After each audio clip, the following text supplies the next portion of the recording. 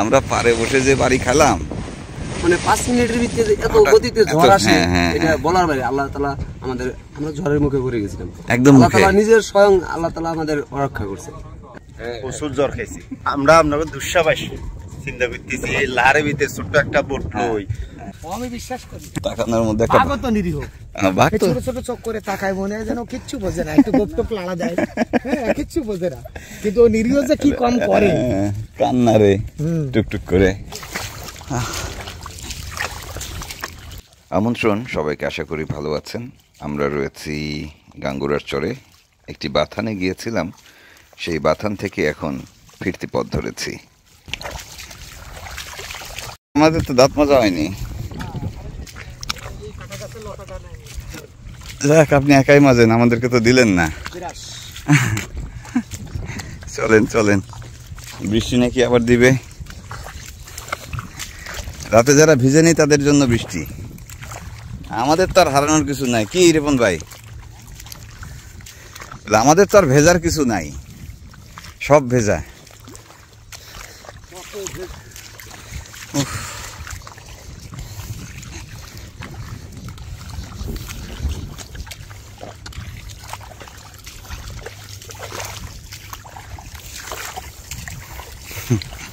গাঙ্গুরার চরে 4টি বাথান রয়েছে এবং এই বাথানগুলোতে মহিষ, গরু, ভেড়া এবং ছাগল থাকে, রাখা হয় আর কি। এবং এই বাথানিরা যারা আছেন তারা মূলত নোয়াখালীর বিভিন্ন উপজেলা থেকে এসছেন এবং তারা থাকেন বছরের পর বছর।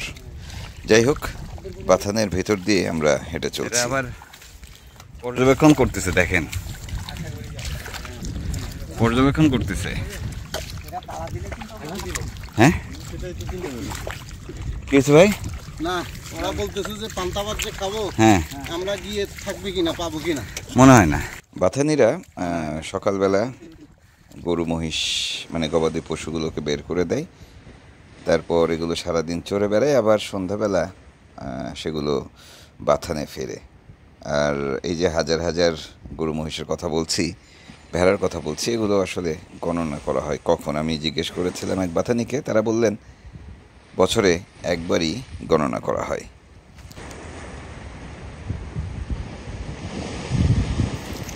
ভোরবেলা হান্নান ভাইয়ের বাথানে গিয়েছিলাম, সেখান থেকে এখন ফিরছি আমরা। খিদে লাগছে,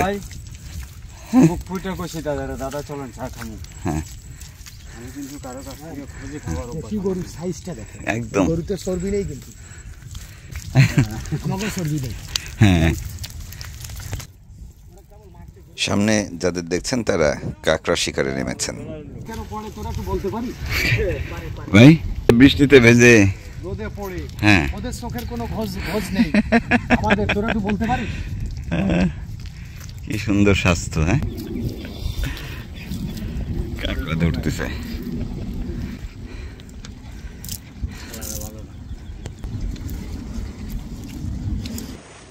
দূর থেকে এই জায়গাগুলো দেখতে ভীষণ সুন্দর লাগে, অনেকটা ওই যে কাশবনের মতো, দূর থেকে অদ্ভুত সুন্দর লাগে, কিন্তু আপনি যখন সেখানে গিয়ে দাঁড়াবেন চারপাশটা অনেক রুক্ষ মনে হবে। ঠিক একই রকম অবস্থা গাঙ্গুরার চর বা সমুদ্র উপকূলে যে চরগুলো রয়েছে সেগুলো দূর থেকে দেখতে দারুণ সুন্দর, কিন্তু আপনি যখন নেমে হাঁটা শুরু করবেন তখন বুঝতে পারবেন যে কতটা বৈরী এখানকার পরিবেশ। এদের মধ্যে একটা লিডার থাকে, বুঝছেন, বাকি সবাই খায় আর ও খালি তাকায়। হরিণের পালেও থাকে। চলে আসছি আমরা, কান কাটা সেটাও খেয়াল করছেন, এটা হচ্ছে মার্কিং, কান কাটা, তাহলে বুঝবে কোনটা কার।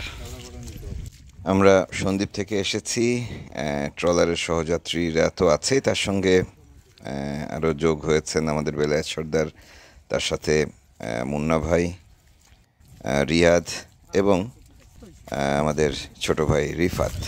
না ও নিরীহ, না ভাই, আমি বিশ্বাস করি। বিশ্বাস করেন না, ও নিরীহ। তাকানোর মধ্যে একটা নিরীহ, বাঘ তো ছোট ছোট চোখ করে তাকায় মনে হয় যেন কিচ্ছু বোঝে না, একটু গোপ টোপ লাড়া দেয়, হ্যাঁ কিচ্ছু বোঝে না, কিন্তু ও নিরীহ যে কি কম করে, কান্না রে টুকটুক করে অসহায়ের মতো তাকায় যে আমি থাকি আমার বনে, তোরা কারা।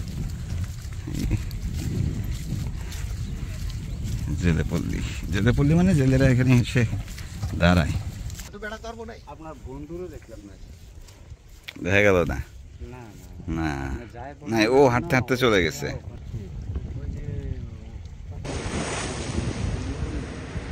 সামনে যে খালটি দেখছেন এটি গাঙ্গুরা চরের সবচেয়ে বড় খাল, উত্তর পাশে অবস্থিত, এবং ঝড় বৃষ্টি হলে মূলত জেলেরা এই খালে এসে আশ্রয় নেয়। ভালো আছেন আপনারা?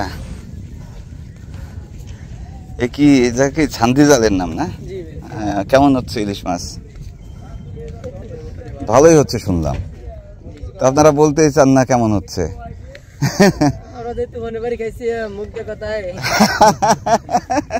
কালকে রাত্রে সন্ধ্যার তুফান, কোথায় ছিলেন তখন আপনারা? আমরা পাড়ে বসে যে বাড়ি খেলাম, তারপর তুফান তো অনেকক্ষণ ধরে হয়েছে, আধা ঘন্টা ধরে। তো আপনি কি ওখানেই ছিলেন না আগে আসছেন? তুফানের পরে আসছেন, মানে সাগরেই ছিলেন? বাবা, এটা বিশাল কাজ, এত বড় জাল ওই সাগরে গিয়ে ফেলা উঠানো।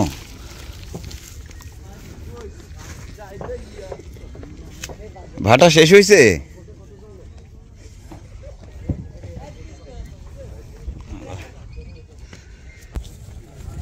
কালকে সন্ধ্যার ঝড়টা কেমন খাইলেন আপনারা?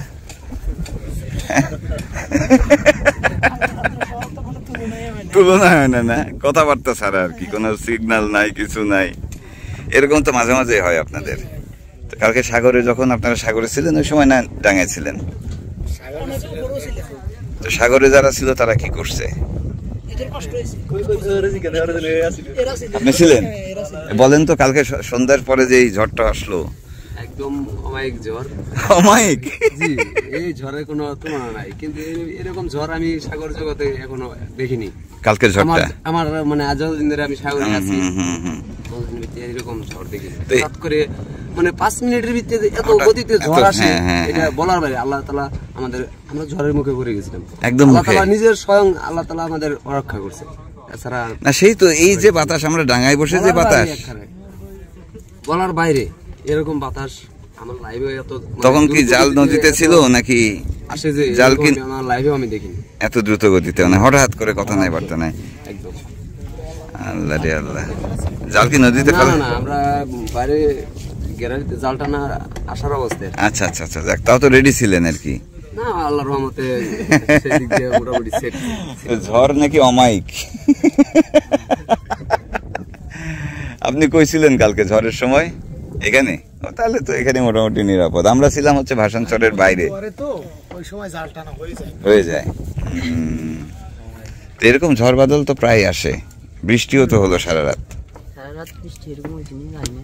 কইছি আমরা তো ঘুমাইছিলাম, বুঝছেন ভাই, এই জন্য বুঝছেন রাতে কাউকে খুঁজে পাইনি, সব নৌকার সবাই ঘুম। এই ট্রলারে তাহলে কি বাতাস কি পেছনে বাদায় নিয়ে আসছেন? এরকম দক্ষিণা বাতাস ছিল তো, যখন এই হ্যাঁ, সাংঘাতিক অবস্থা। যাক, ঠিক আছে, ভালো থাকেন। হ্যাঁ, এই ভালো থাকো তোমরা।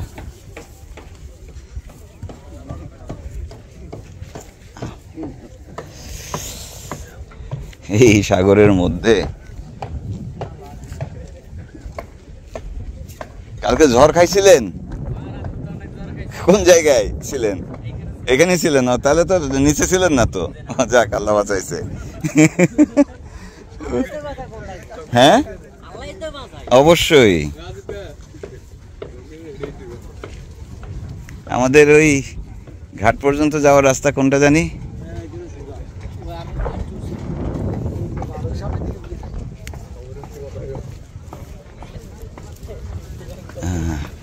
সব জালের কাজ করতে থাকে, দিন রাত কাজ চলে আসলে। ইলিশের জালের ভাই বেশি, মেনটেনেন্সটা বেশি। প্রতিবার উঠায়, প্রতিবার এটা তাই না, প্রতিবারই ওই যে জোড়া লাগাতে হয়, সেলাই করতে হয় প্রত্যেকবার। হ্যাঁ, আবার সাজাতে হয়। আমরা হাঁটছি, দাঁড়াচ্ছি, জেলে ভাইদের সঙ্গে গল্প করছি। সাত সকালে এক দারুণ পরিবেশ। জ্বর কেমন খাইছিলেন কালকে? প্রচুর জ্বর খাইছি, আল্লাহ বাঁচাইছে। আমরা তো চিন্তা করি আমরা এই বটলো যে এই মানুষের আমরা আমাদেরকেও একই অবস্থা, জ্বর খাইতে খাইতে চলে আসে। আমরা এত যাই বড় যা কইছে আমরা বিশ্বাস করলো কিন্তু এই তুফানের মাধ্যমে এই বটলো সত্যি করতেন। তবে আমরা আপনাকে দুঃসাবাসী চিন্তা করতেছি, এই লাহারের ভিতরে ছোট্ট একটা বোট লই যে সাগর পথে আইছেন, আল্লাহ বাঁচাইছে। হ্যাঁ, একটা ভয়াবহ কেন লাগাই গেছে না, আমরা গ্যাপে গ্যাপে মারছি, গ্যাপে গ্যাপে চলে আসছি, জোয়ার ভাটা মিলে গ্যাপে গ্যাপে গ্যাপে গ্যাপে চলে আসছে। আপনার যে ঝড়টা থামার পরে যে জোয়ারটা হয়েছে, ওই জোয়ারে টান দিছি। ছোট বোট লই, ছোট বোট তো সবই তো ছোট, এখানে তো অনেক ছোট বোট দেখলাম, মানে এই টেম্পো তো মেলা দেখতেছি। এগুলা কখন হামু বড় ভাই? এই আমি যেতে যেতে পেয়ে যাবেন। এই ধরেন 3-4 দিন পর। আপনারা ইউটিউব দেখেন তো? সুন্দরবনের ডাকাত এখানে এসে ডাকাতি করতো না, করছে কিনা আপনার? না, এখানকার ডাকাতও ছিল, কিন্তু এই সন্দীপ চ্যানেল, কুতুবদিয়া চ্যানেল, এগুলোতে সুন্দরবনের ডাকাতরা এসে লোক ধরে নিয়ে যেত, ফিশিং ট্রলার ধরে নিয়ে বলতো 10 লাখ টাকা দেয়া লাগবে, আর জন প্রতি 3 লাখ 4 লাখ টাকা করে নিত।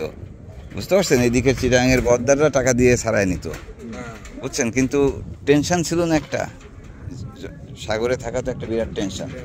কাজে আমি চিন্তা করছি যে এই 500 লোক যদি কমানো যায় তাহলে 50 লক্ষ লোক ভালো থাকবে, টেনশন ফ্রি থাকবে, এই জন্য করা আর কি। বুঝতে পারছেন? পাবেন পাবেন। ট্রলারের কাছে ফিরতে ফিরতে মনে পড়লো যে আমরা সেই গতকালও দিনে একবেলা খেয়েছি, আজকেও সকাল থেকে এখন পর্যন্ত আমাদের খাওয়া দাওয়া হয়নি। ওই যে দেখছেন লাল ত্রিপলওয়ালা, ওটি আমাদের ট্রলার, সেখানে পান্তা ভাত আছে। আর আমাদের বেলায়েত ভাই ইলিশ মাছ ভাজার চেষ্টা করছেন, যে ইলিশ মাছ গেল রাতে বৃষ্টিতে ভিজে গিয়েছিল।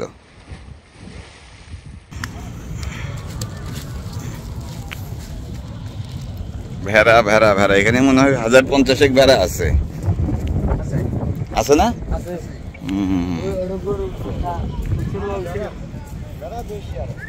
50,000-এর বেশি তো? কত হাজার? না না, 50টা কি হবে, আছে 1010 তো আছেই, তাই না? বাড়ি কোথায় ভাই? ভোলা বললে আর বরিশাল বলা লাগে? ভোলা সদরে। আচ্ছা আচ্ছা আচ্ছা, ইলিশা। হ্যাঁ, কালকে রাতে ঝড় খেলেন কিরকম? আরে ভাই হঠাৎ না? হ্যাঁ, আচুক্কা, এই জন্য আরো বিপদ। আচুক্কাতে আরো বিপদ। দীপরাজ, খবর কি?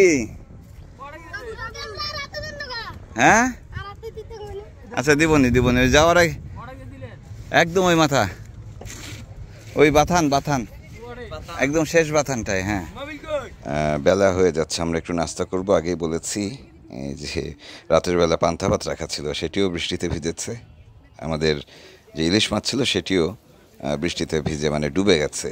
তারপর সেই মাছ ঝেড়ে শুকিয়ে এখানে গাঙ্গুরার চরে যে দোকানগুলো রয়েছে সেই দোকানের একটিতে এসে তাদের সহযোগিতা নিয়ে আবার ভেজে ফেলা হচ্ছে। আমাদের সর্দার সেই দায়িত্বটি পালন করছেন, এবং ইলিশ মাছ মানে ভেজা ইলিশ মাছগুলো ভাজা হলে সেগুলো নিয়ে আমরা আবার সকালের নাস্তায় বসবো।